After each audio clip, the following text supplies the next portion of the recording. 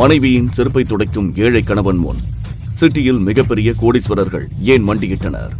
பெரிய பெரிய பிசினஸ்மேன்களை சந்திக்க ஒருவரிடம் காத்திருக்க வைக்கும் ஒரு நபர் ஏன் தெருவில் அனாதை போல் சுற்றித் திரிகிறார்? ஹலோ ஹலோ ஷர்மிளா, இங்க ஒரு பெரிய பிரச்சனை ஆயிடுச்சு. நீ எப்பவுமே பெரிய பெரிய பிரச்சனையா தான் கிரியேட் பண்ணுவியா? ஆமா சொல்லு, இப்ப என்னாச்சு? அது நான் அங்கிள் கூட ஒரு ஆன்டிக் ஷாப்புக்கு வந்திருந்தேன். இங்க ஒரு சிலை உடைஞ்சிடுச்சு. இப்ப இவங்க பணம் கேக்குறாங்க. அதுக்கு என்ன இப்போ? இப்பவே பணம் வேணும்னு கேக்குறாங்க. 30 lakhs. What? 30 lakhs? அதுவும் ஒரு சிலைக்கா? ஆமா, எனக்கும் ஒண்ணும் புரியல. Deepak, are you serious? நீ வீட்ல சும்மா தான் இருக்க, ஓசி சோறு திங்கற, அதெல்லாம் பத்தாதுன்னு இப்ப புதுசா பிரச்சனையை வேற எனக்கு கிரியேட் பண்ணி வச்சிருக்கியா? நீயே சொல்லு, இவ்ளோ ஷார்ட் நோட்டீஸ்ல நான் எங்க போய் 30 lakhs அரேஞ்ச் பண்ணுவேன்? 30 லட்சம் என்ற தொகையை கேட்டதும் ஷர்மிளாவின் காலடியில் பூமி நழுவியது போல இருந்தது. ஷர்மிளாவின் கோபத்திற்கு முன்னால் தீபக்கால் எதுவும் பேச முடியவில்லை. You know what? உனக்கு தினம் புதுசா பிரச்சனை பண்றதே வழக்கமா போச்சு. But I'm really sorry. இந்த தடவை நான் உனக்கு எந்த ஹெல்ப்பும் பண்ண மாட்டேன். இந்த பிரச்சனையை நீயே தானே கிரியேட் பண்ண. ஆனா ஷர்மி, தீபக் மற்றும் ஷர்மிளாவுக்கு திருமணமாகி 3 ஆண்டுகள் ஆகிவிட்டன. ஆனால் தீபக் இன்றும் ஷர்மிளா வீட்டில் ஒரு வீட்டோடு மாப்பிளையாகத்தான் இருந்தான். அங்கே அவன் நிலைமை ஒரு வேலைக்காரனை விட மோசமாகவே இருந்தது. வேலைக்காரர்களைப் போல அவன் சில நேரம் மாமியாரின் புடவையை அயன் செய்வான், ஷர்மிளாவின் காரை துடைப்பான். சமையலறை முதல் வீட்டை சுத்தம் செய்வது வரை அனைத்து சுமையும் அவன் தலையில் தான் இருந்தது. அதே சமயம் குடும்பத்தின் மொத்த பொருளாதார சுமையும் ஷர்மிளாவின் மீது இருந்ததால் கணவனின் இந்த நிலைமையை கண்டு அவளுக்கு எரிச்சலாக இருக்கும்.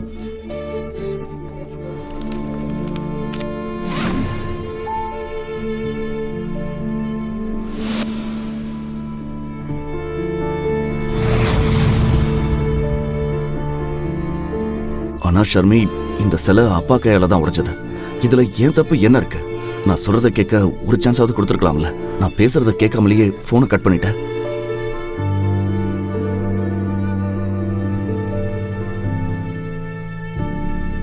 என்ன மிஸ்டர், 1 மணி நேரம் ஆச்சு, இன்னும் பணமும் வரல, உனக்கு ஹெல்ப் பண்ண ஆளும் வரல. இல்ல இந்த பெரியவர் வேற கடையை விட்டு ஓட பாக்குறாரு. நல்ல வேலை செக்யூரிட்டி வர பாத்துட்டாங்க, இல்லனா எஸ்கேப் ஆக பிளான் பண்ணிட்டீங்களா? பாருங்க மிஸ்டர், மணி 2 ஆகுது. 5 மணிக்குள்ள இந்த ஆன்டிக் சிலையோட பணத்தை கட்டலனா நான் போலீஸை வர வச்சு இந்த பெரியவரை உள்ள தள்ளிடுவேன். அப்புறம் இந்த பாடி கார்ட்ஸ் உங்களை நல்லா கவனிப்பாங்க. புரிஞ்சுதா? சார் புரிஞ்சுது.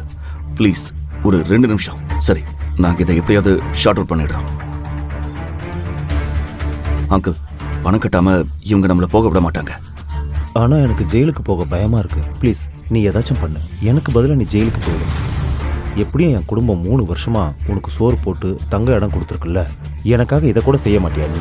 அங்கிள், நான் ஜெயிலுக்கு போறதுல பிரச்சனை இல்லை. ஆனா நீங்க உடைச்சது CCTVல ரெக்கார்ட் ஆயிருக்கு. அப்படி விட மாட்டாங்க. அந்த மேனேஜர் எப்படி மறைச்சிட்டு போறான்னு பாத்தீங்களா? பேசாம பணத்தை கொடுத்துருங்க. 30 லட்சம் கொடுக்கணும். என் பாக்கெட்ல 30 ரூபாய் கூட இல்லை.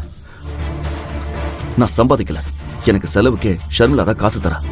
என்கிட்ட வேலையும் இல்லை, காசும் இல்லை. நான் எப்படி கட்ட முடியும்? நீ ஷர்மிளாவுக்கு ஃபோன் பண்ணு.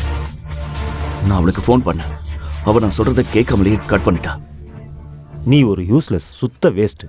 என் பொண்ணு முன்னாடி உன்னால வாயை திறந்து பேசக்கூட முடியல. அவளுக்கு கால் பண்ணு, நான் பேசுறேன்.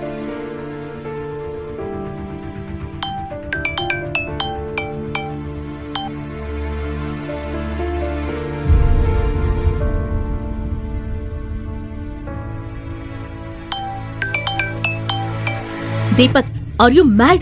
வேலை நேரத்துல டிஸ்டர்ப் பண்ணாதன்னு சொன்னல, இப்ப மறுபடியும் கால் பண்ற? குட்டிமா, நான் டேடி பேசுறேன்டா. டாட்? ஆமாம்மா, எனக்கு உன் உதவி வேணும். என்கிட்ட இருந்த ஒரு சிலை உடஞ்சி போச்சு. இவங்க அதுக்கு பணம் கேட்குறாங்க. கொடுக்கலனா ஜெயிலுக்கு அனுப்புவோன்னு சொல்றாங்க. ஆனா டாட், நீங்க ஜெயிலுக்கு போகணுமா? தப்பு பண்ணது தீபக், அதுக்கு எதுக்கு நீங்க ஜெயிலுக்கு போகணும்? இல்லடா, அது ஆக்சுவலா என் கைப்பட்டு தான் உடஞ்சது. சிலைய போட்டோ எடுக்கும்போது தவறுதலா கைப்பட்டு கீழே விழுந்துருச்சு.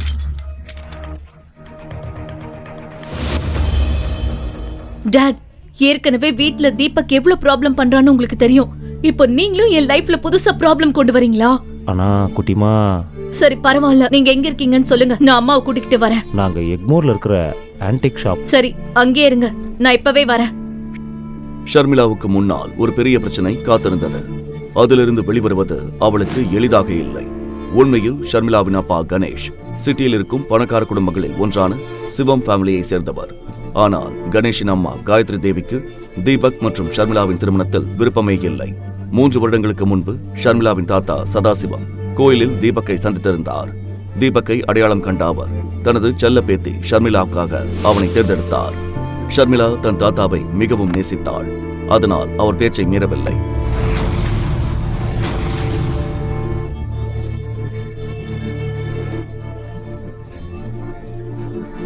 ஆனால் திருமணம் முடிந்த சில காலத்திலேயே சதாசிவம் இறந்துவிட்டார். அவர் ஏன் தீபக்கை தேர்ந்தெடுத்தார், அவருக்கு எப்படி தீபக்கை தெரியும் என்ற ரகசியமும் அவருடனேயே புதைந்துவிட்டது. அவர் போன பிறகு குடும்பத்தின் அதிகாரம் ஷர்மிளாவின் பாட்டி காயத்ரி தேவி கைக்கு வந்தது. காயத்ரி தேவிக்கு குடும்ப கௌரவம் மிக முக்கியம். அவரால் தன் குடும்பத்தில் தீபக் என்ற பெயரை சகித்துக் கொள்ள முடியவில்லை. அதனால் அவர் கணேஷ் மற்றும் அவர் குடும்பத்தை சிவம் குடும்ப மாளிகையை விட்டு பிரித்து வைத்தார்.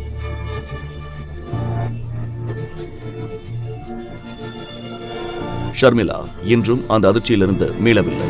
தன் குடும்பத்தின் நிலையை எப்படி உயர்த்துவது என்பது மட்டுமே அவள் சிந்தனையாக இருந்தது. இன்று மீண்டும் அவள் முன் ஒரு பிரச்சனை. அடுத்த கணமே அவள் தன் அம்மா கீதாவுடன் எக்மோர் கிளம்பினாள்.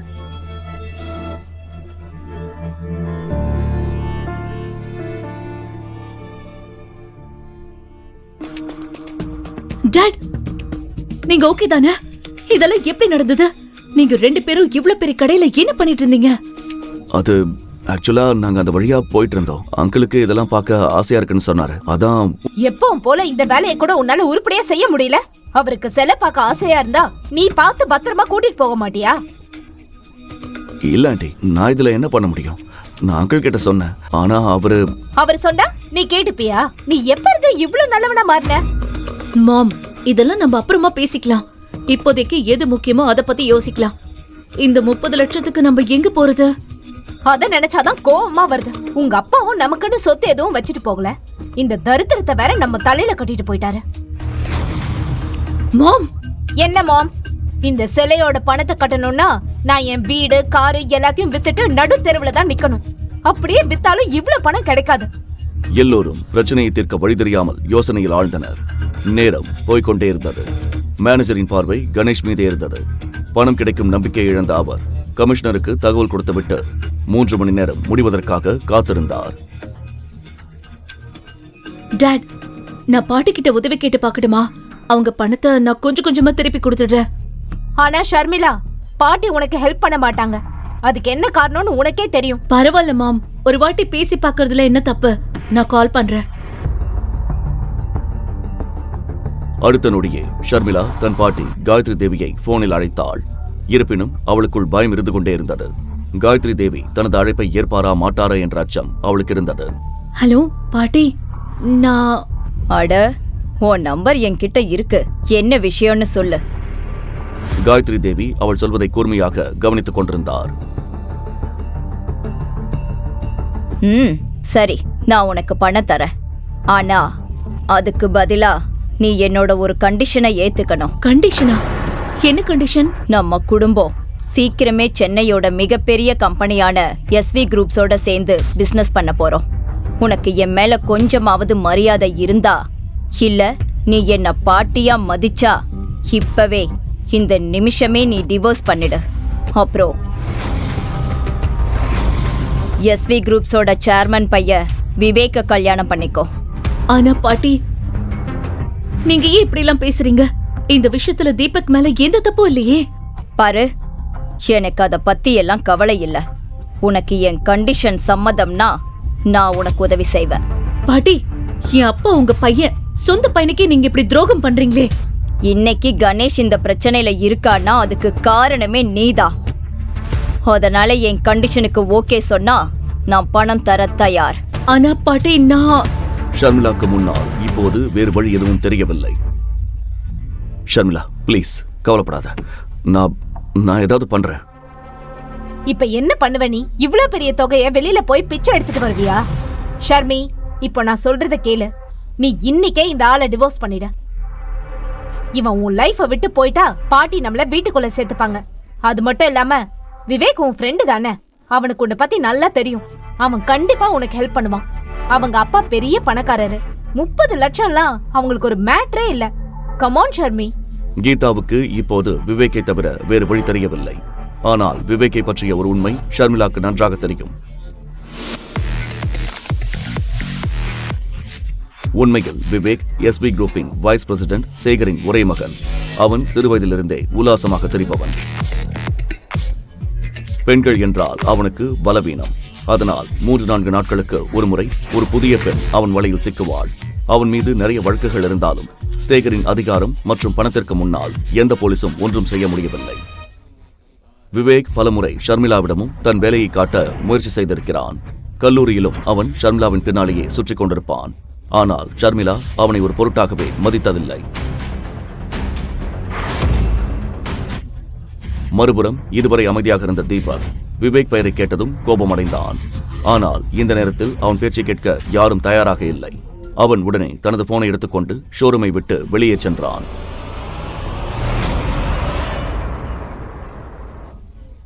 ஷோரூமுக்கு வெளியே சென்றதும் அவன் மொபைலில் ஒரு நம்பரை டயல் செய்தான். போன் ரிங் ஆக அவன் இதய துடிப்பும் வேகமாகிக் கொண்டே இருந்தது. சிதம்பரம் அங்கிள். வணக்கம் தம்பி, எப்படி இருக்கீங்க? நான் நல்லா இருக்கேன் அங்கிள். நீங்க எப்படி இருக்கீங்க? தீபக் இந்த நேரத்தில் பேசிக் கொண்டிருந்தது வேறு யாரும் அல்ல, சிவகங்கை அரச குடும்பத்தைச் சேர்ந்த அரசர் விஜய ரகுநாத சேதுபதியின் மேனேஜர் சிதம்பரத்திடம்தான். தீபக் தான் சிவகங்கை சீமையின் ஒரே வாரிசு. உண்மையில் அரச வம்சத்து இளவரசன் அவன். வைர மாளிகையில் வளர்ந்தவன். அவனை பான் வித் சில்வர் ஸ்பூன் என்று சொல்வது மிகையாகாது.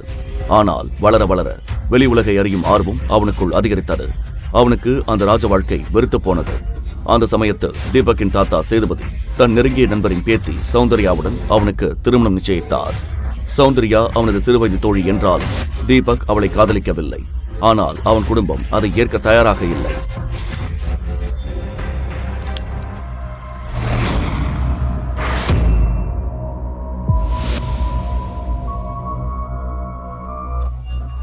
எனவே திருமணம் நிச்சயிக்கப்பட்ட அன்று அலங்கரிக்கப்பட்ட மண்டபத்தை விட்டு தீபக் ஓடிவிட்டான். வைர மாளிகையில் இன்றும் அந்த மண்டபம் அப்படியே அலங்கரிக்கப்பட்டிருக்கிறது.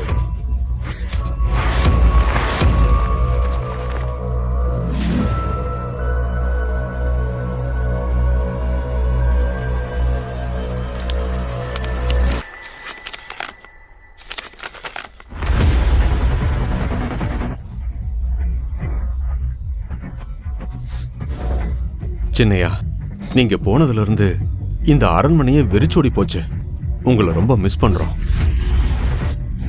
சிதம்பரம் அங்கிள், நான் ஒரு பெரிய பிரச்சனையில் இருக்கேன். எனக்கு உங்க ஹெல்ப் வேணும். நீங்க என்ன பிரச்சனையில இருக்கீங்கன்னு எங்களுக்கு தெரியும் சின்னையா. இந்த சிதம்பரத்துக்கு தெரியாதா நீங்க எங்க இருக்கீங்க, எந்த குடும்பத்துல வீட்டு மாப்பிள்ளையா இருக்கீங்க, உங்க மாமனார் மாமியார் மனைவின்னு எல்லார பத்தின டீட்டெயில்ஸும் என்கிட்ட பக்காவா இருக்கு. கடந்த 4 ஆண்டுகளாக தீபக் தன் குடும்பத்தை விட்டு விலகி இருந்தாலும் அவன் தாத்தா அவன் செய்யும் ஒவ்வொரு விஷயத்தையும் கண்காணித்துக் கொண்டுதான் இருந்தார். சரி, எனக்கு அவசரமா 30 lakhs பணம் வேணும். எவ்வளவு சீக்கிரம் முடியுமோ அவ்வளவு சீக்கிரம் வேணும். ஏன் தம்பி இப்படி பண்றீங்க? ஒரு இளவரசனா இருந்துட்டு இப்படி அடுத்தவங்க வீட்டுல வேலை செய்றீங்க, எச்ச பாத்திரத்தை கழுவுறீங்க. சிதம்பரம் அங்கிள், இதை பத்தியெல்லாம் இப்ப பேச வேண்டாம். எனக்கு உதவி செய்வீங்களா மாட்டீங்களா அதை மட்டும் சொல்லுங்க. தம்பி, 30 லட்சம் நான் தரேன். ஆனா பெரிய ஐயா ஒரு கண்டிஷன் போட்டிருக்காரு. என்ன கண்டிஷன்? நீங்க சௌந்தர்யாவை கல்யாணம் பண்ணிக்கணும். சிதம்பரம் அங்கிள், எனக்கு கல்யாணம் ஆயிடுச்சு. நான் எப்படி சௌந்தர்யாவை கட்டிக்க முடியும்? அது நடக்காது. பெரிய ஐயா உங்க கல்யாணத்தை ஒரு கல்யாணமாவே ஏத்துக்கல.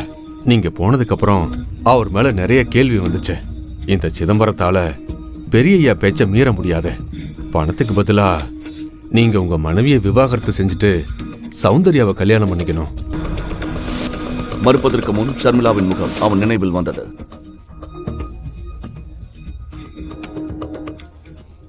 அவள் தன் மானத்தை பணையம் வைத்து விவேக் போன்ற ஒரு பொறுக்கியிடம் உதவி கேட்க போய் கொண்டிருந்தாள்.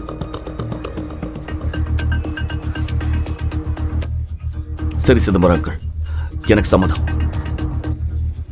ஆனா எனக்கு 1 வருஷம் டைம் வேணும். நானே ஷர்மிளாவை விட்டுடுறேன். அதுக்கப்புறம் தாத்தா சொல்ற பொண்ணையே கட்டிக்கிறேன். 4 வருஷம் காத்திருந்தோம். நாங்க என்ன 1 வருஷம் காத்திருக்க மாட்டோமா? பெரிய ஐயா இதை கேட்டா ரொம்ப சந்தோஷப்படுவாரு. ஆனா எனக்கு ஒரு கண்டிஷன் இருக்கு. இந்த 30 லட்சத்தோட எனக்கு இன்னொன்னு வேணும். எனக்கு எஸ்பி குரூப் வேணும். எஸ்வி குரூப்பா? எதுக்கு தம்பி? அதெல்லாம் அப்புறம் சொல்றேன்.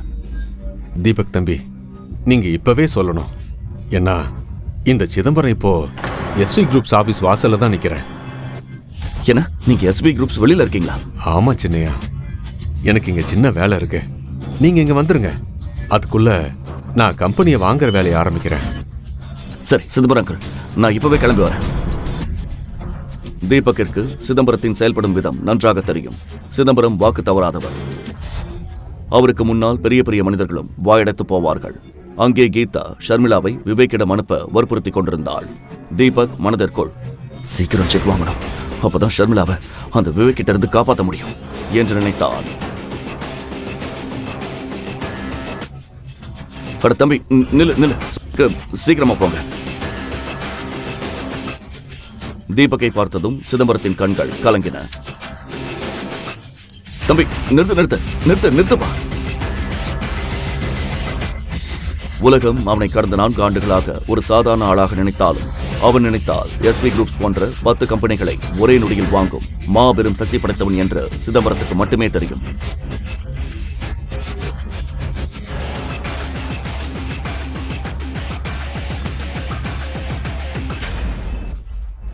சிதம்பரங்கள், கம்பெனி வாங்குற ஃபார்மாலிட்டிஸ் முடிச்சதா? உங்க போன் வந்ததுமே எல்லாத்தையுமே முடிச்சிட்டேன். நீங்க சைன் பண்ணா மட்டும் போதும்.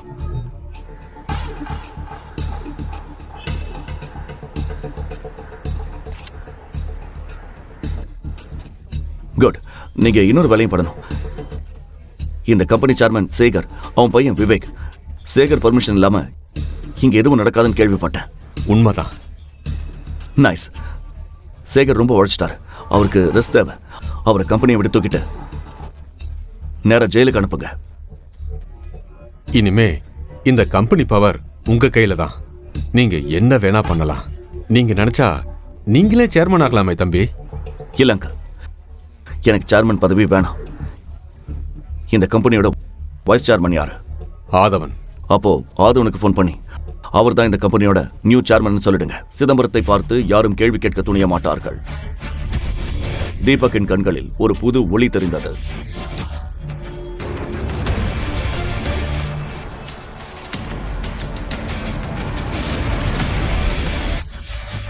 மறுபக்கம் ஷர்மிளாக்கு டென்ஷன் ஏறிக்கொண்டே இருந்தது. விவேக்கிடம் உதவி கேட்பதை தவிர அவளுக்கு வேறு வழி தெரியவில்லை.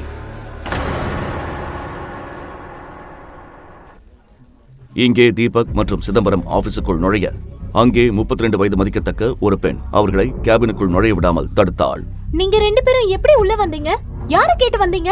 அவள் சேகரின் பர்சனல் செக்ரட்டரி ஷாலினி. அவளுக்கு சிதம்பரம் யார் என்று தெரியாது. நான் இங்க சேர்மன் மிஸ்டர் ஆதவனை பார்க்க வந்தேன். மிஸ்டர் ஆதவன் இந்த கம்பெனியோட வைஸ் சேர்மன். அப்பாயின்மெண்ட் இல்லாம உங்களை மாதிரி சேல்ஸ்மேன் யாரையும் அவர் பார்க்க மாட்டாரு. செக்யூரிட்டியை கூப்பிடுறதுக்குள்ள வெளியில போங்க. செக்யூரிட்டி. கௌதமுக்கு ஷர்மிளாவிடமிருந்து போன் வந்தது. ஆனால் போனை எடுப்பதற்குள் பேட்டரி தீர்ந்து போனதால் போன் ஸ்விட்ச் ஆஃப் ஆனது. ஏமா, யாருக்கிட்ட பேசுறேன்னு தெரியுமா? இவர் சிவகங்கையோட. சிதம்பரங்கள், எனக்கு டைம் ஆகுது. ப்ளீஸ் மிஸ்டர் ஆதவனை வர சொல்லுங்க.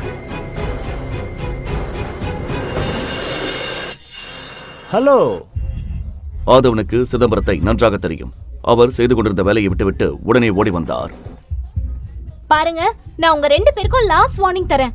மிஸ் ஷாலினி, கெஸ்ட் கிட்ட இப்படி தான் பிஹேவ் பண்ணுவீங்களா? சாரி சார், ஆனா ஷட் அப். உன்னோட இந்த திமிருக்கு உன்னை வேலையை விட்டு தூக்க முடியும்னு உனக்கு தெரியும்ல?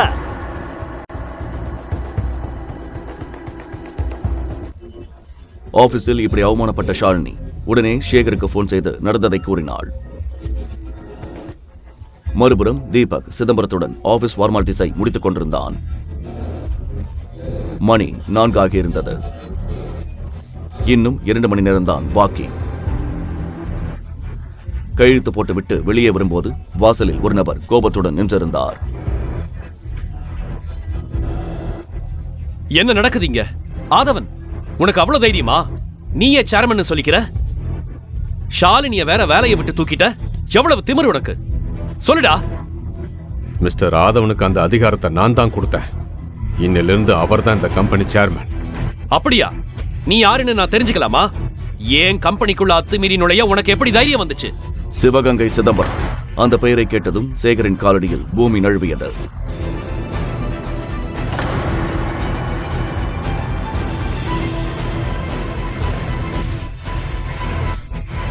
மிஸ்டர் சிதம்பரம், நீங்க முன்னாடியே சொல்லியிருக்கலாமே. நீங்க வருவீங்கன்னு தெரிஞ்சிருந்தா. சரி வாங்க. எதுவா இருந்தாலும் என் கேபின்ல போய் பேசிக்கலாம்.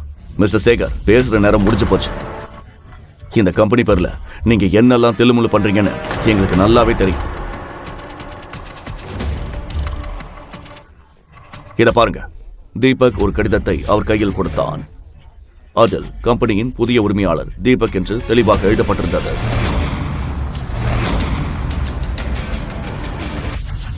சிதம்பரம் அங்கிள், மிஸ்டர் ஆதவன் உங்ககிட்ட பேசணும், வாங்க. கேபினுக்குள் நுழைந்ததும் தீபக் கடிகாரத்தை பார்த்தான். நேரம் ஆக ஆக ஷர்மிளா மற்றும் அவள் குடும்பத்தை பற்றிய கவலை அவனுக்கு அதிகரித்துக் கொண்டே இருந்தது. மிஸ்டர் ஆதவன், இன்னிலிருந்து நீங்க தான் இந்த கம்பெனியோட சேர்மன்.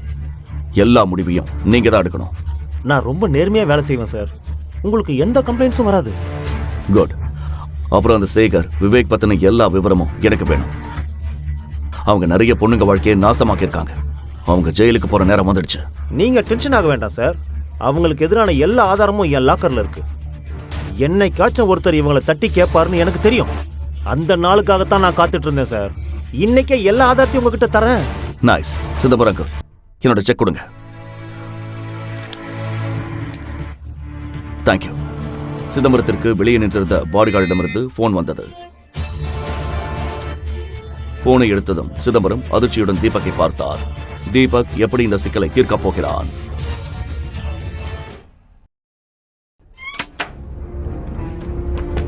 சின்னையா,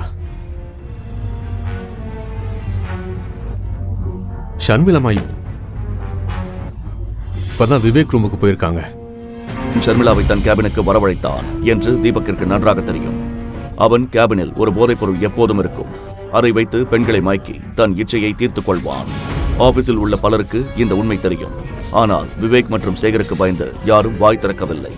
இன்று கம்பெனியின் புதிய முதலாளியான தீபக்கின் கோபத்திற்கு விவேக் ஆளாக போகிறான்.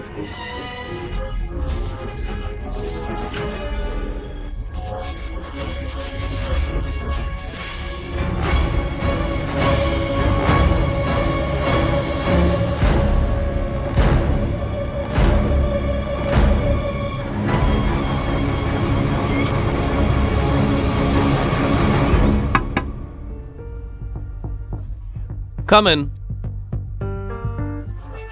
சிதம்பரம் சொன்னதை கேட்டதும் செக்கை வாங்கிக் கொண்டு தீபக் விவேக்கின் கேபினை நோக்கி விரைந்தான். நீங்க யாரும் போக வேண்டாம். சின்னையா அந்த விஷயத்தை அவரே பார்த்துப்பார். அப்புறம் சின்னையா யாருன்ற உண்மை யாருக்கும் தெரியக்கூடாது. இது ரகசியமாவே இருக்கணும். கண்டிப்பா Chidambaram sir. Sharmi, come. Sit.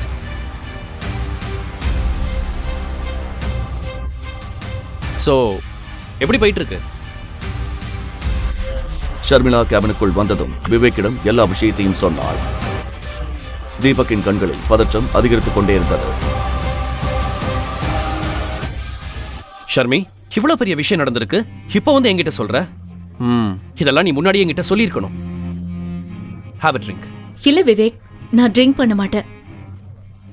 What is this, Sharmi? இவ்வளவு தூரம் வந்திருக்க, ஒரு ட்ரிங்காவது சாப்பிடு. இல்ல விவேக், ரொம்ப அர்ஜென்ட். பணம் வாங்கிட்டு சீக்கிரமா கடைக்கு போகணும். ஓ ஆமா, உங்க அப்பா வெயிட் பண்ணிட்டு இருப்பார்ல. நான் இப்பவே உனக்கு செக் தரேன். வெயிட்.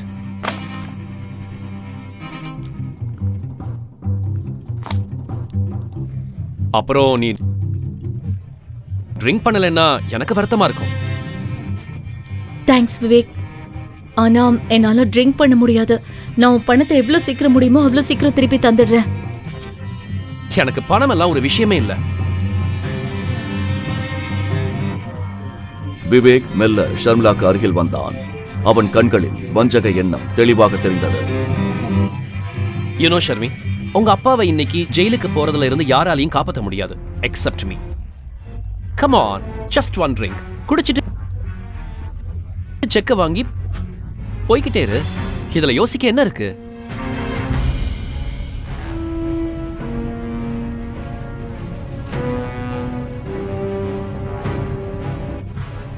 விவேக், நான் குடிச்சா கண்டிப்பா செக் தருவல்ல? Of course. பணம் எனக்கு ஒரு பெரிய விஷயமே இல்ல. Have it.